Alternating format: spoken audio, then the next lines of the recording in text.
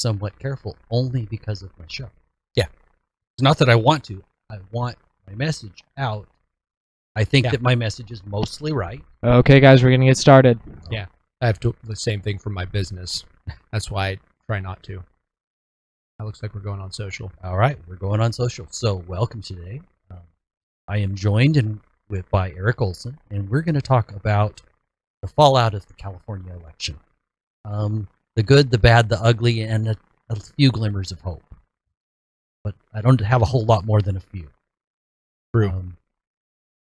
I don't understand why people didn't participate. That is a very real issue, very real problem. But it should be a good discussion today.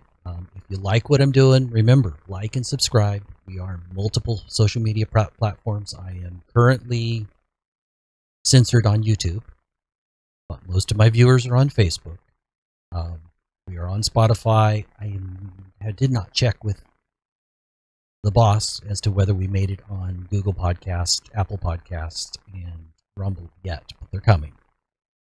We need all of these different venues because we can't trust anybody to actually let free speech happen.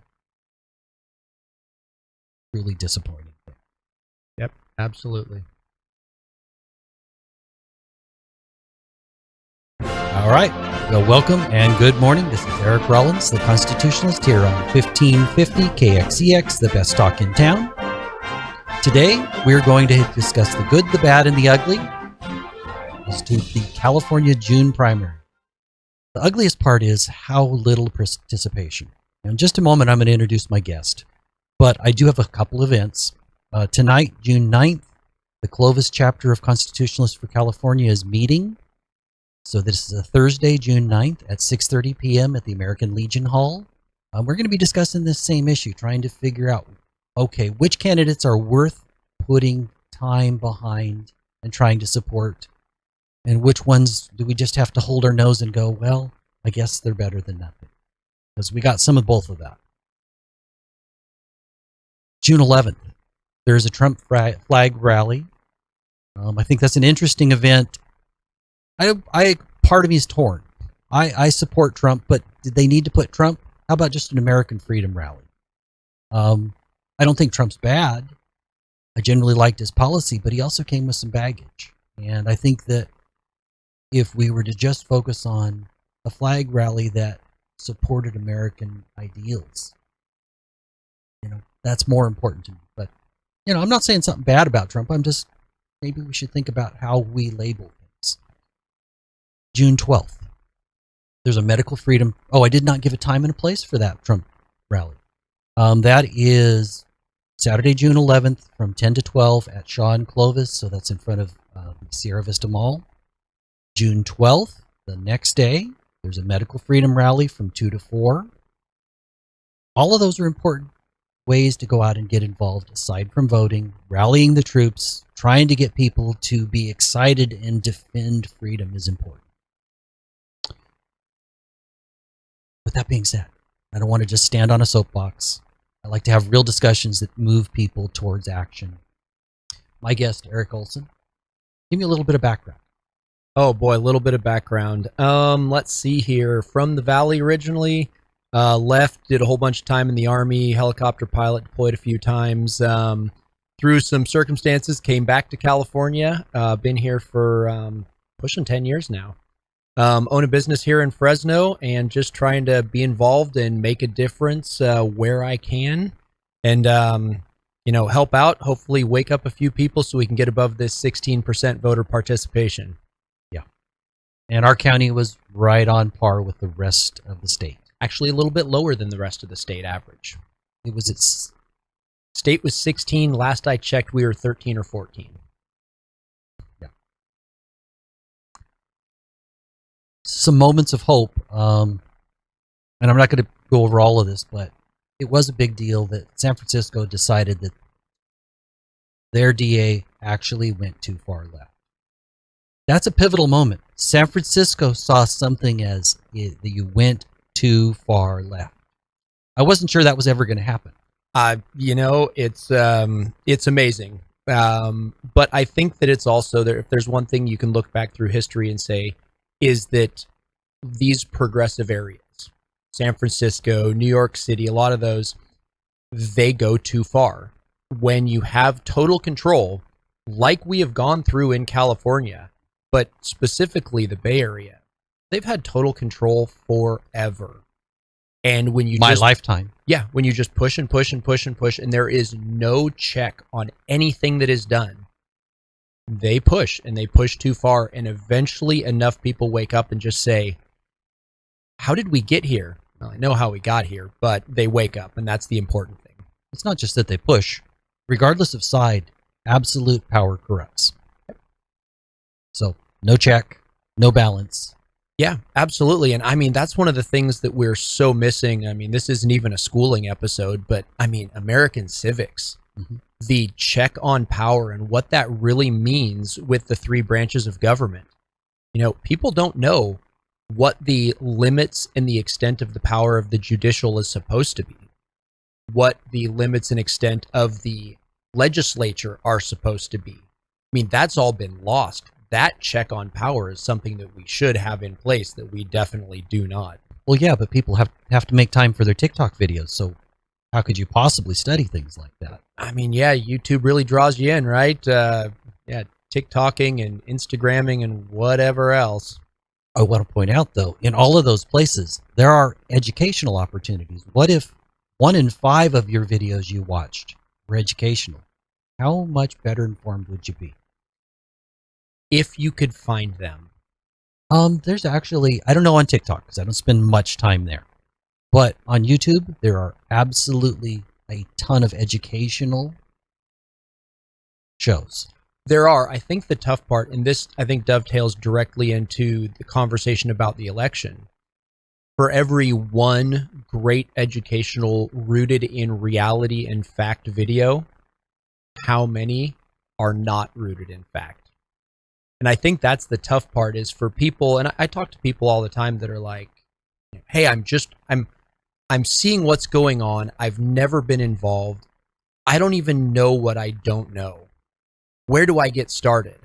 For those people out there, you know, probably part of the 84% that didn't vote. Well, the 84% of the 50% that are actually signed up to vote. Where do I start? Because I have no basis for this. That's the tough part, is where do you go to actually start learning what the reality is? I think for me, it's the basics of the Constitution. So I would go to something like Hillsdale College and just follow what they have to say about the Constitution. They have free online courses. All you have to do is give them an email. They make you take a test. Well, they don't make you take a test. But, you know, there is a test. There's a little bit of feedback. It's an interesting way to learn a little bit about civics. That's a great place to start because most people don't even know those basics. Yeah, and you know, I've become maybe, you know, as I just get older or something like that, that I've found that when you go to the source document, read the Constitution. I mean, this was literally written by folks that on average had about 4 years of schooling to roughly an 8th grade level of education. This stuff's not hard to understand. Now, I mean, I will be the first to say that their 8th grade level of education is probably more academically and thought-provokingly rigorous than probably a master's, definitely a PhD nowadays. However, that being said, the stuff is pretty easy to understand. Read the Federalist Papers. You know, read Bastiat's The Law. You know, read some of these things that were the foundational documents to where our country came from. That goes a long ways to figuring out, oh, wait, I've never heard this. Well, but it wasn't taught in school. You have to reach out and try to hear the rest of the story. You must self-educate. If that is, I mean, I think that will be a theme for everything we talk about today. You must go self-educate. We cannot count on institutions, organizations, traditional or otherwise, to say, this is what you need to do. We have to go educate ourselves. Everything from candidates to the Constitution to civics, to everything out there. We need to start doing that. We need to take responsibility for ourselves again. Mm-hmm. There's no doubt about that. One of my heroes is Thomas Sowell, Shelby Steele. Currently in the middle of a Shelby Steele book. I think those are great opportunities. Look, books are essentially free. You can go to the library. There are plenty of opportunities to educate yourself. If you're not somebody that is inclined to read, there are quite a few podcasts. You can hear both the left, the right, and the middle pretty easily while driving. Yep. Get an Audible account for $2 a month, whatever it is. Yeah. I mean, you can hear a lot of these things online on YouTube while you're driving. Mm-hmm. Or, if you don't want to do YouTube because they censor a lot, like my earlier story, Rumble. Yep. Yeah. And there are other platforms. It is a growing world. It is. It absolutely is. I would also encourage people to look internationally and see, how does the BBC, who is left, but how do they deal with issues? How does Sky News from Australia deal with issues? There's a couple different ones out of India. They give us a different perspective in how outsiders are viewing the insanity that's happening in America. Yeah, people think I'm odd, well, for many reasons. However, one of them is my primary news source is the Daily Mail out of the UK. And the thing is that you can see the slant. The slant is very easy, but it's not the slant from an American perspective. And so the Overton window of American news, whether it's MSNBC, CNN, Fox, whatever, they're reporting certain things that are directing the narrative their direction. Any international news source doesn't have that Overton window of what they're actually presenting, no matter the slant. So you see things there that you don't see, whether it's quote unquote left, right, center, whatever it is on the American news sources. When I was overseas the second time, we actually had up, because we had to monitor the feeds, we had Al Jazeera, Al Arabiya, CNN World, all of those, BBC World. I learned a whole lot that what we get through our news is slanted, is biased, but it's also not reported or over-reported to shape the narrative, and that's a big problem. Right. There's a whole lot of shaping the narrative or ignoring, playing no evil monkeys, there's nothing here to see, when it's a very real issue. Yeah, absolutely. Absolutely. Getting to governor. My candidate lost badly. Looks like she came in fourth, but maybe third because ballots are still coming in and it's very close. Jenny Ray LaRue, your candidate, came in at 0.5%. Yep. And he's a good guy. He is. He really is. And the candidate who got it was the GOP endorsed, a guy from the middle of Lassen County. I mean, that's where I grew up. Mm-hmm. I grew up in Shasta County. I know the area very well. I was up there this past week talking to people. What do you think about him? No one had anything good to say. Doesn't surprise me, but somehow his wife managed to find $40,000. Uh-huh. And give it to the California GOP 2 days before the endorsement convention, and magically he got it. Yep. Yeah. Funny how that works. No, really this is, one portion of this problem that we have is, when we were talking earlier about educate yourself, we, I don't remember if it was Adams, Jefferson, one of the founding fathers that said, we have a republic if you can keep it. I think that was Franklin. Was it Franklin? Anyhow, we have, as a public, we have abdicated our authority. A republic is a constitutional representative form of government. We are the ones with the power. We're the ones that we're, in the Declaration, the government was established to basically take a portion of our power and run it for the people. That is why we are a republic. And so we're not doing that. No. We have basically checked out. I think the voter registration, the voter participation proves that. But when I was going through the numbers, because like you said, both of our candidates did not fare all that well. There's some glimmers of hope, but as I'm looking at the numbers, within about 5% or less, it was a straight endorsed ticket vote down the line. Whoever was endorsed by the Democrat Party got, if Democrats are about 52% of the registered voters, typically they got 53 to 56, 57% of the vote. Republicans, 20% of the electorate, they got typically 15 to 17, depending on the race. That means that virtually all of the people that voted, now, once again, small minority, and we need to come back to that, but virtually all of the people that voted straight party-endorsed candidates down the line.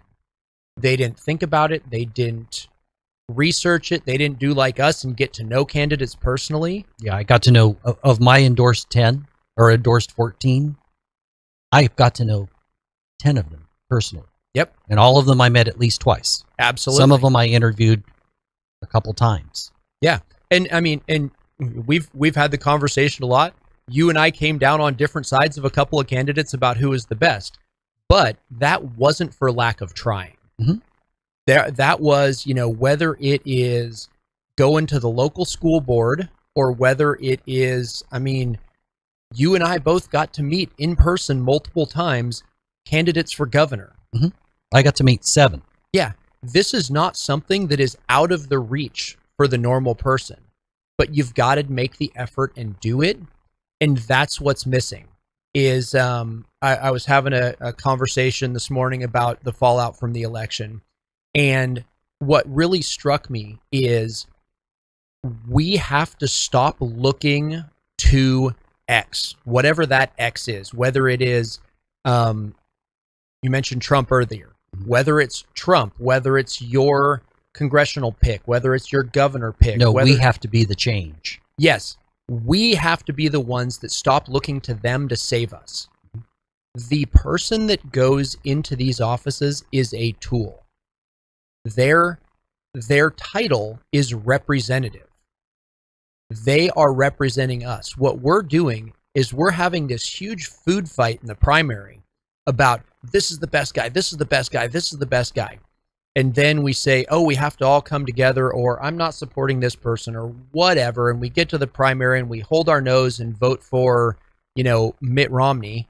And they all go back to Washington and we say, all right, we don't have to do this again for 2, 4, or 6 years. No, we should be always trying to find the next candidate. And we need to be talking to our existing candidates. Mm-hmm. It will not surprise anyone. I am not a fan of Jim Costa. What? I know, it's crazy. Is anybody? Look, I've met a lot of Democrats that vote for him but don't like him. Yeah, I've never met one that liked him. According to the returns, about 54% of the voting population likes him. But it doesn't matter. If he is in power, we still need to be fighting to get in front of him to tell him exactly what's going on. We also, at the same time, need to be organizing the troops against him. If that's where you end up leaning, like most people, from what I can tell. But we are not doing that. That 2-year stretch between elections, we're not doing. We're going back and we're death strolling on social media. We're, watching cat videos, whatever else. And then all of a sudden, 3 weeks before the next primary, oh, we have a great guy. Let's go support him. And guess what? He wins again. Yeah, but we should be talking to friends and family all the time about these issues that actually matter. We should. And rather than just whatever the latest thing is. Yeah. And you said it exactly right. We should be talking about the issues, not the people. That's one of the things that drives me crazy with, and same thing. I mean, Trump did some great stuff in office. He did some really bad stuff while he was in office too. We need to stop talking about this person is the be all end all. Well, but that's a monarchy. Oh, tell me about it. Yeah, that's where we're going. Or oligarchy, more likely. But yeah. we need to go with this issue. This is where we need to focus our efforts, not this person, because a person is always going to let us down. That is on some issue. Yeah. Yep. Yeah. There has been one perfect person in history. He's not running for office right now. I'll guarantee you that. So Darn it. that would be an interesting race right there. Imagine the smear campaign. Yeah. But we've got to look at these issues. We have to, as a voting populace, find where we need to focus our issues and go after those issues. If the person who represents us doesn't support that issue, okay, start getting people to go in daily, talk about what the effects are. Well, push it. A true servant of the people, which is hopefully what we elect, would listen. Now, I get we have a swamp. We have the fact that there's money involved, and because of that money, they're obligated to listen to the people with money. But, that doesn't mean that politicians don't listen to pressure. Yeah, absolutely. Now, we're just about to a break. I want to go ahead and plug a movie that talks about essentially the role of government and the relationship between people and their government, or what it should be. That is by Chris Ann Hall. It's called The Non-Compliance Movie. You can watch it for free. It is totally worth your time. We're going to go ahead and take a break. This is Eric Rollins, the Constitutionalist, here on 1550 KXEX, the best talk in town. When we come back, I want to make sure that I say thank you to all of those grassroots people, even the ones I didn't like. I still appreciate they stepped up, and I believe that in most cases it was because they believe in American freedom. Let's go ahead and come back. Welcome back. This is Eric Rollins, the Constitutionalist, here on 1550 KXEX, the best talk in town. And today I am joined by another Eric, the Eric and Eric Show, Eric Olsen. And we're having a lively discussion about kind of the root of the problem, why people are not participating. Now, this last election, there was something that was very hopeful for me. We had a whole lot of grassroots candidates that believe in American freedom that stepped up. Most of them did not succeed, but a whole lot of them have gotten better at this. For instance, Daniel Mercury's now run twice in the recall, actually 3 times. He ran in a local race, the recall, and the governor. I don't know that he's ready for governor, but he's ready for a position. He's smart, he's articulate. I would say the same thing about my choice of candidate, though I kind of think she's ready for governor if she could get the support. Jeannie Ray is smart and articulate and has a reasonable message and a plan for fixing things. Now, we didn't get either one of those, but we have developed a bench for the grassroots. And California's in a deep hole. If we thought in one election or one person we were going to be saved, we're kidding ourselves. Yeah, absolutely. And I think that, I think that this, we can say that the uninformed electorate is, all of those people, but we've all been worked over by politics for the last, 30, 40, 50 years also. It's very common to think, well, we need to get a new president. We need to get a new senator. We need to get a new governor. Really, the power is local. And I think that's something that we need to start going through. Is I looked on my ballot, there's 15 different people running in the high level offices. The local offices, there's 1, maybe 2. Yeah. And I know that being a city council, being a school board, being a whatever locally is not the big headline grabbing position. No glory. Yeah, but that's a position that can make a lot of difference. Right now we're coming up in Fresno, new sheriff. We need to all develop the relationship right now where we are talking with our new sheriff every single day to say, this is what is important to us. You look at the stats in Fresno. I've seen anywhere from 75% increase in murders year on year to 250, 350% increase in violent crime. You don't think the sheriff's race is important? We need to continue now our duty as citizens in this republic to get to know our elected officials and to hold them accountable to what is important to us while they're in office, not just when they're running. Well, how many people even know who their elected representatives are? That's a problem. So the first thing is you have no voice at the table. Yep. They're not very inclined to hear you if you do not have a relationship with your elected representatives. They need to hear from you. Yep. Yeah, and I think that do we have a whole pile of swamp creatures in Sacramento and DC?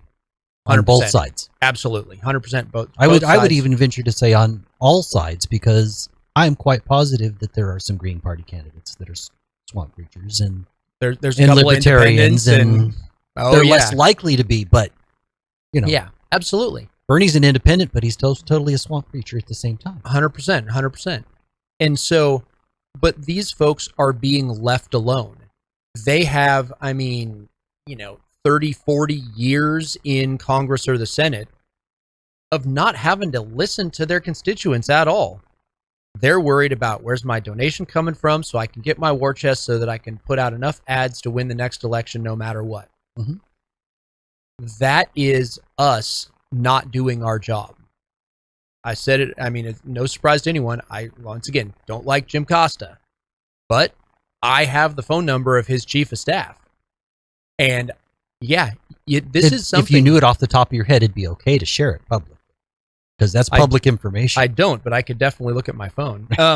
But anyhow, no, but this is something, it's not like I'm, this super connected political person. I just went out and found these things and started conversations. And, and it's no secret to anyone that know either of us that my guy for Senate candidate was James Bradley. Mm-hmm. And I didn't ever say anything bad, except he didn't catch fire. Yep. And that's why I looked elsewhere. I would not have otherwise. Yeah. But I think the whole thing that initially got me to be such a supporter of James was before we talked about any policies, any positions, anything like that, is in my conversations with him, he listened. That's what we don't have. And it all of a sudden, I even before that, I hadn't even got through I hadn't worked this through in my own mind. How many times do we have our politicians, and how we make this is how we pick the right one. That politician gave a great speech, and man, they're raising money. I'm like, but that's not what a representative is supposed to do. A representative is supposed to listen. And so this is what I've been going through during this primary cycle, is I've been reframing my own mind. Who are the candidates that are going to listen?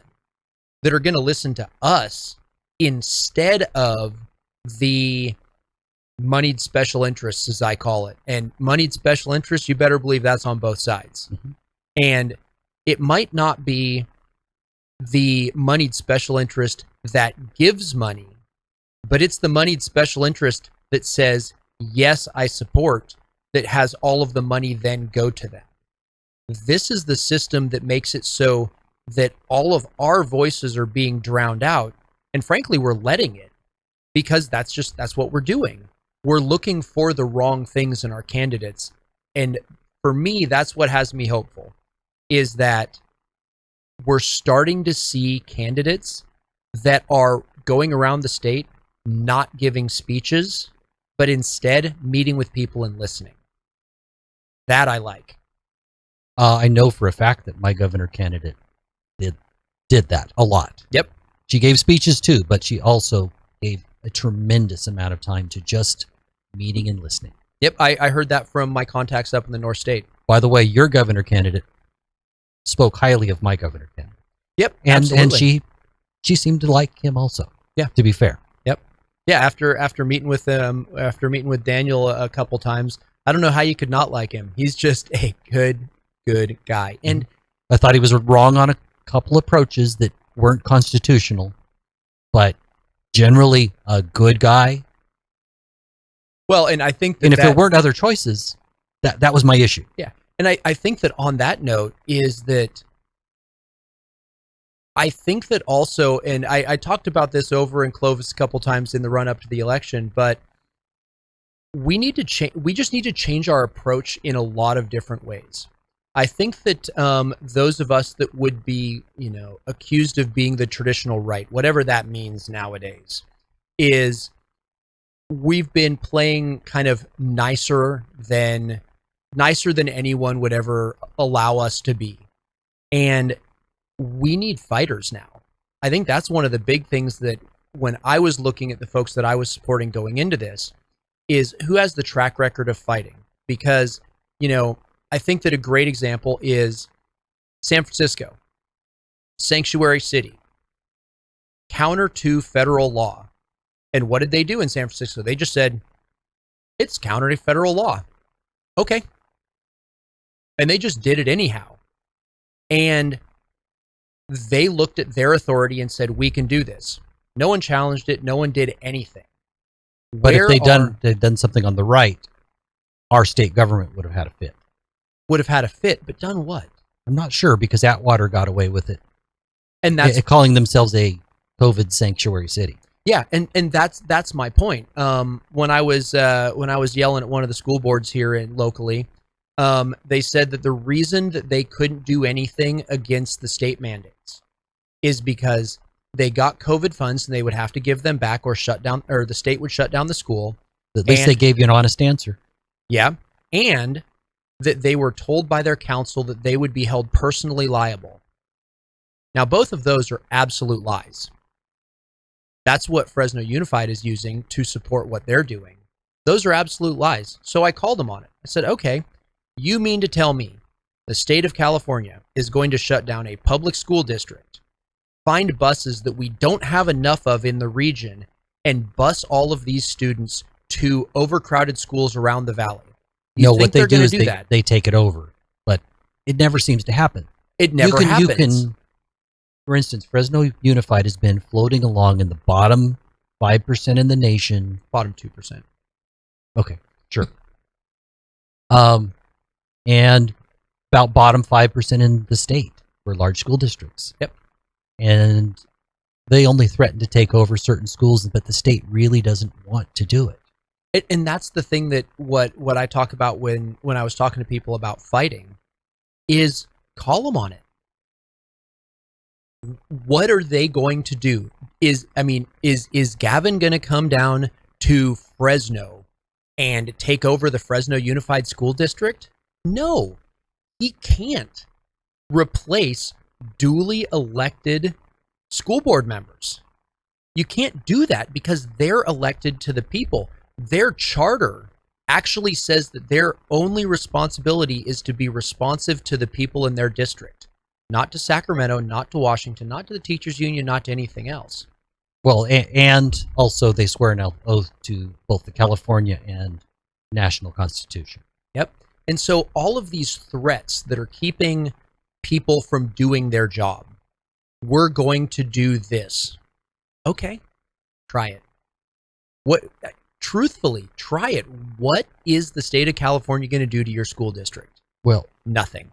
And another example of that is, we're sitting in a city that actively engaged in what I consider to be COVID tyranny, picked winners and losers. But just over the border in Clovis, where I live, the local representatives shut us down for a month and a half, essentially 6 weeks. It wasn't exactly that, but essentially. Yep. And then they said, reopen as long as it's not egregious. And they purposely left it very open-ended like that. If it's not egregious, reopen. Now, how can we help you get back to work? Yep. So we suffered, it was just totally a tale of two cities. We suffered much less because we had better local elected representatives. So thank you to Clovis, and shame on you, Fresno. Looks like you picked the same people that believed in tyranny. Yep. Or actually, most of you didn't even pick because most of you didn't even vote. And that's where not making a choice is making a choice. Mhm. And I get it. This is the party that for years and years and years, bad big business. But when I'm working on the house, I'm trying to go to National Hardware or Cobb's down by my house, and they're both forced closed. But I can go to Lowe's and Home Depot. Yep. And I mean that kind of hypocrisy, but it was all driven by this fear and lack of standing up. Mhm. And what you said is exactly right. Clovis versus Fresno with COVID locally makes a difference for us. If we have Jim Costa or whoever else up there, it's not going to make a difference to us on COVID tyranny here in Fresno. But a city council, a sheriff, those will absolutely affect us day in and day out. I would contend that the two most important people in our county that protected our freedoms were our DA, Lisa Smitkamp, and our sheriff, Margaret Mims. I agree. And the reason they were important is because they went, wait a minute, I have real crimes, and you're telling me I'm supposed to enforce the law on something that all people are doing is lawfully trying to make a living and exercise their rights that are absolutely enumerated. Yep, absolutely. And I think that those are both great examples, and I've used them before as when Lisa said that she wasn't going to prosecute COVID infractions. That's where that position, that local position, is so important, because that took all the teeth out of everything. The city council, that's balance of powers, that's all of those things. The city council says, you have to do this. You have to close your business, mask up, blah, blah, blah, blah, blah. And she can, in her duly elected position, representing her constituents, say, no. And that's what we need more of, is people that just say, no, I'm not going to do it. Well, I don't know that you use the word fighter. I don't know that we always need a fighter. We need somebody that will stand up. You don't necessarily have to have a tone that is always fighting. You can make your point and be absolutely steadfast in your position without fighting. If you're combative and fighting, sometimes that's useful. Most of the time, all it does is turn people off. Yeah, and I use fighting in a much fighting as the opposite of doing nothing. Yeah. And so that's I think that what Lisa did is exactly right. She just said no. And that is a stance that frankly was more aggressively for her constituents than basically anyone else locally, with the exception possibly of Margaret Mims. That is standing up, and maybe that's a better term than fighting, standing up for your constituents. And a great founding principle of the country is interposition. You elect someone to interpose themselves between the higher level of government and you. And it goes into subsidiarity and all that kind of stuff. But that's what she did. Mm-hmm. And that is standing up. That is actually taking a stand for your constituents. And for that, once again, I have applauded. But not just for your constituents, for liberty. Yep. For those enumerated rights. Rule of law. Absolutely. Yeah, she did her job. And I hate to say that nowadays that is standing up and fighting, doing your job, but she did her job. Yeah, that is a little sad. I wanted to just look at a few of the local races. One of the not local, we'll do a state first. One of the bright points was Lonnie Chen. Seems to be a good guy. The only Republican that got more votes than any of the Democrats on a statewide office. Now, we're going to a runoff. We don't know what'll happen. Another thing that was interesting, except for Superintendent of Public Instruction, and that one is a maybe because it's too close to call and votes are still rolling in. There's a Republican running in every spot. We're a jungle primary. In previous years, there were many times when it was only two Democrats that were decided. Now, I'm not saying that the two-party system is ideal, but the one-party system of Democrat only in California is awful. Yeah, it is. And I think that, for me, all of this goes back to the turnout. Is we have to, and we were talking before we went on the air. I was over at Cross City Frappe House last night getting some work done. Overheard two gentlemen talking about how their friends had just stayed home and not voted. It was a combination of, I don't have someone to vote for, and I don't think it really matters anyhow. And what about those local races? Well, and I think, and when you come right back to it, that's what we need to do. We're starting to see some energy. We're starting to see people that are breaking out of their shell. That's what we need to be working on right now. This primary, it went okay in a couple of places, bad in a whole lot of places, but we now have that next section where we need to be bringing the people that are just disenfranchised back to saying my vote actually does matter. And that is, truthfully, that is nonpartisan. There are issues right now that none of the parties are talking about. This whole crime, not letting criminals out, crazy stuff like that. No one's talking about safety. No one's talking about our schools. No one's talking about the mental health disaster that we have that has come off of 2.5 years of COVID tyranny. Nobody establishment is. Correct. Nobody establishment is. We're going to go ahead and take another break. This is Eric Rollins, the Constitutionalist, here on 1550 KXCX, the best talk in town. So, when we come back, I wanted to point out that we have a bench now. Those are points of hope, and we have a team that potentially can help them because there are grassroots groups everywhere. Let's go ahead and come back.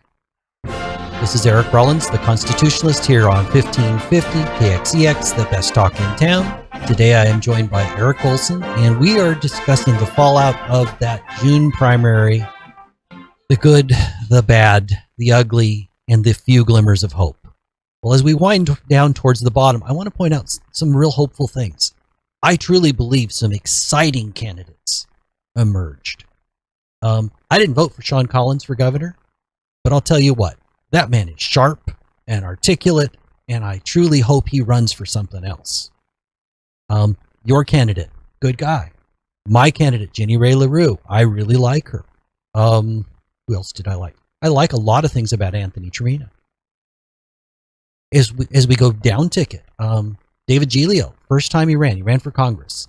He was kind of sideswiped last minute by a local farmer, but it looks like we've got somebody that's all right, that jumped in at the last minute. But thank you, David.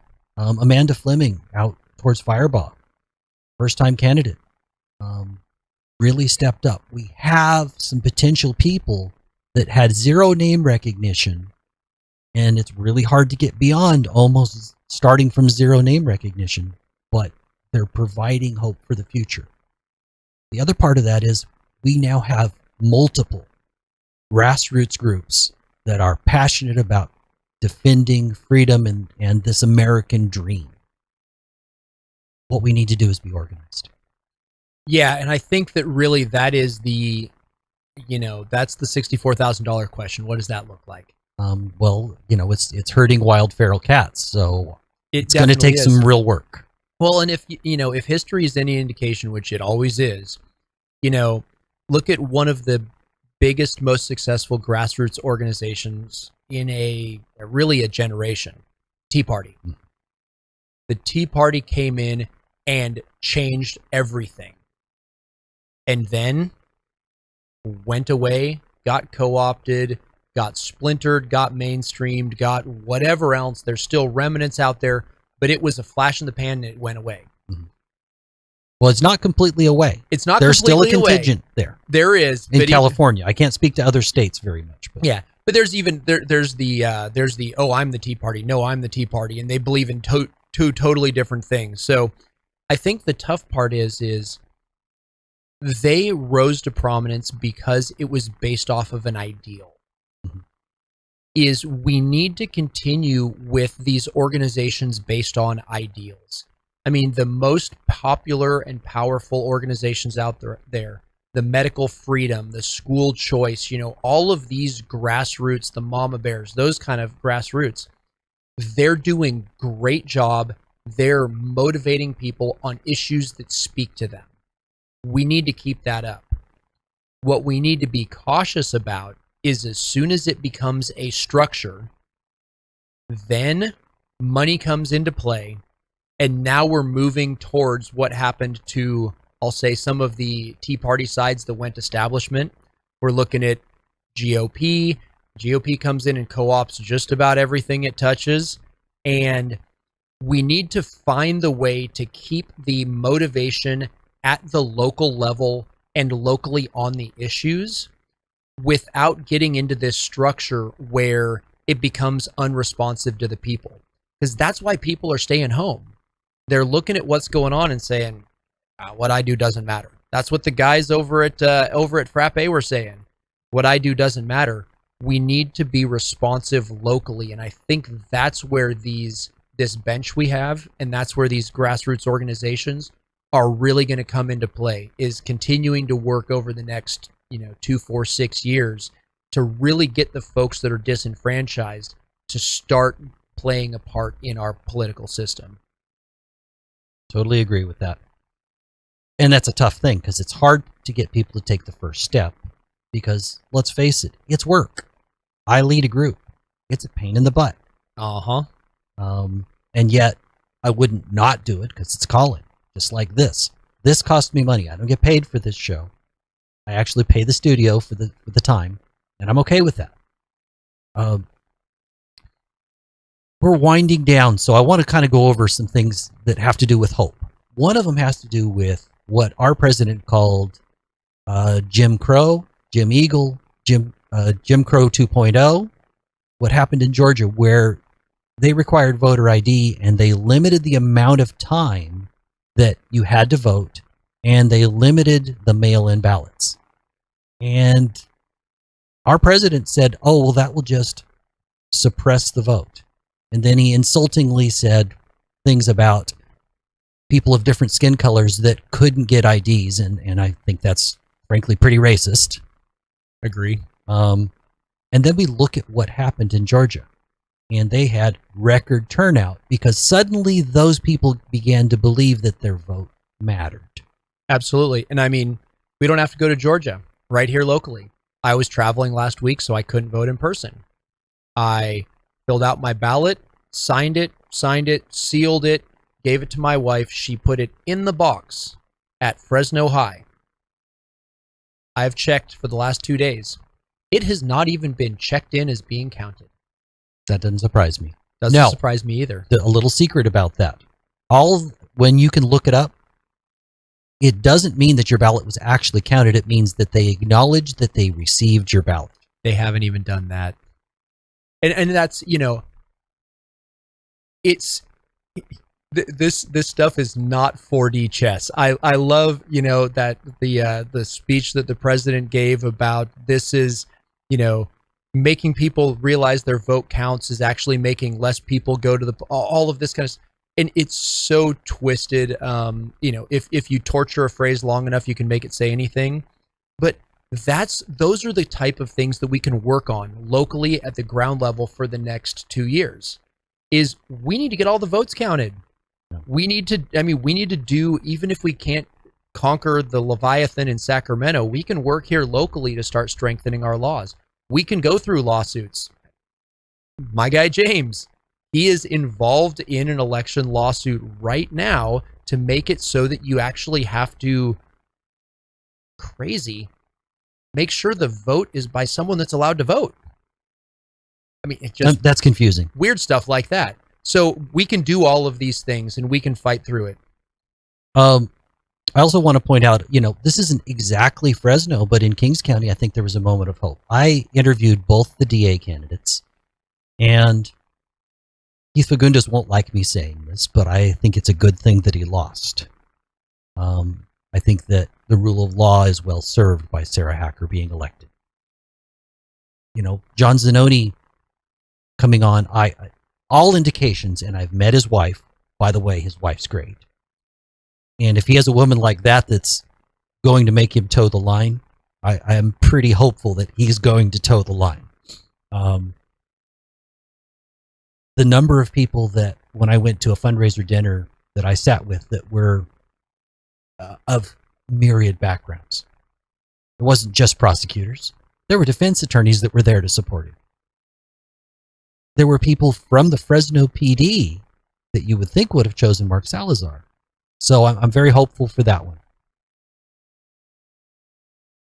Any reason you think this is all worth doing it? Because people are, and we're winding down, people are kind of depressed. Yeah, I think that, this is what our government is. We have to be involved. We have got to, fat, dumb, and lazy, being, stuck on YouTube or whatever else. You know what? It's fun to be able to say, hey, I'm going to meet this afternoon. I'm taking a couple of minutes off, and I'm going to go meet with a governor candidate. We're going to talk politics. It's fun to be on a call with a Senate candidate and General Michael Flynn going through politics. Those are fun things. And we need to reprogram ourselves away from cat video scrolling to, we're the ones responsible for our future. We need to take that responsibility seriously. Absolutely. Well, I thank you for sharing this time with me. We are basically winding down. I think that freedom and responsibility go hand in hand. And we've only demanded one part of it and lived off the fun part, but we've ignored responsibility. 100%. I thank you for spending this time with me today. Thank you.